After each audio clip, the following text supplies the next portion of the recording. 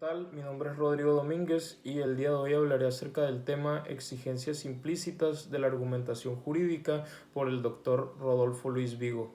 Bueno, después de ver el video me quedo con grandes reflexiones. Empezaré hablando acerca del concepto de argumentación que nos da el doctor Vigo.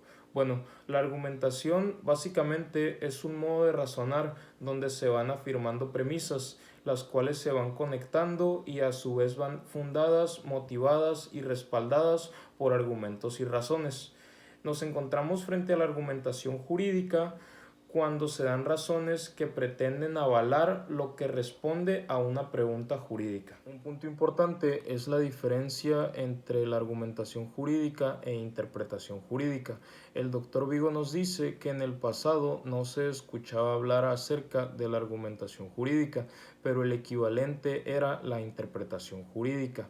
Es decir, el modo de operar del jurista en tiempos del Estado de Derecho legal era a través de la interpretación, mientras que el modo de operar del jurista en tiempos del Estado de Derecho constitucional es a través de la argumentación.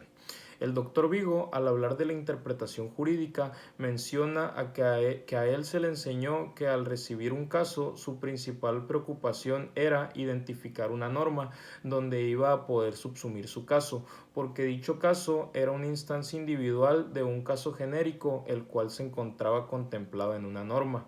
Es decir, ubicaba la norma, esclarecía el sentido de la misma a través de los métodos interpretativos y terminaba construyendo un silogismo. Hoy en día los juristas siguen haciendo lo anterior, porque cuando alguien necesita una respuesta jurídica, acude ante un abogado, le plantea la pregunta y el jurista le da la respuesta, es decir, le dice el derecho. Esto sucede cuando asesora, cuando enseña, cuando aboga ante la autoridad o cuando lo respalda con imperium, como lo hace un juez. Ahora bien, para decir el derecho en tiempos del Estado de Derecho constitucional hay un trabajo muy diferente, el cual consta de distintas dificultades.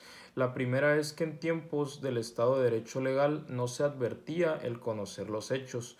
La segunda es que no hay solo una respuesta, sino hay varias respuestas jurídicas. Ante esto surge la cuestión de cuál respuesta elegir y finalmente se debe dictar una sentencia para la cual se debe realizar un razonamiento y argumentar.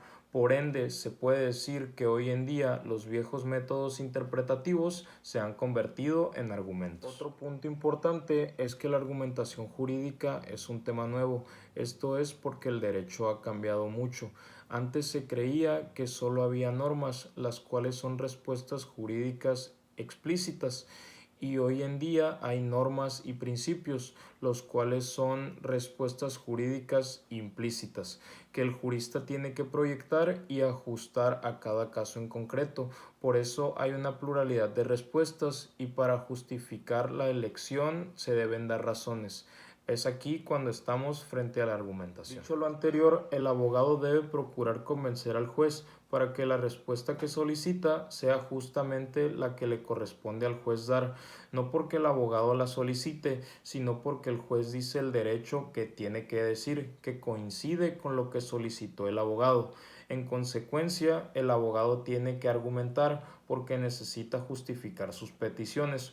Por su parte, el juez necesita justificar por qué le da la razón, esto es, argumentar. Me gustó mucho la mención que realiza el doctor Vigo a Robert Alexi, quien nos dice que los jueces se legitiman políticamente a través de la argumentación, es decir, un juez que escoge bien y argumenta bien está legitimándose al momento de realizar un trabajo que la sociedad le encomendó. Finalmente, me parece muy acertado lo que menciona el doctor Vigo, y es que hay cosas que solo se aprenden haciéndolas, y justamente la argumentación es una de ellas.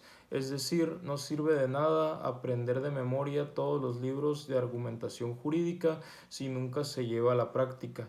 Además, me quedo con la importancia del diálogo racional dentro de la argumentación jurídica, ya que mediante un diálogo se fortalece el debate, la investigación, la capacidad de interpretar y, lo más importante, la capacidad de argumentar. Y justamente esto hace que toda la información adquirida se vuelva muy difícil de olvidar.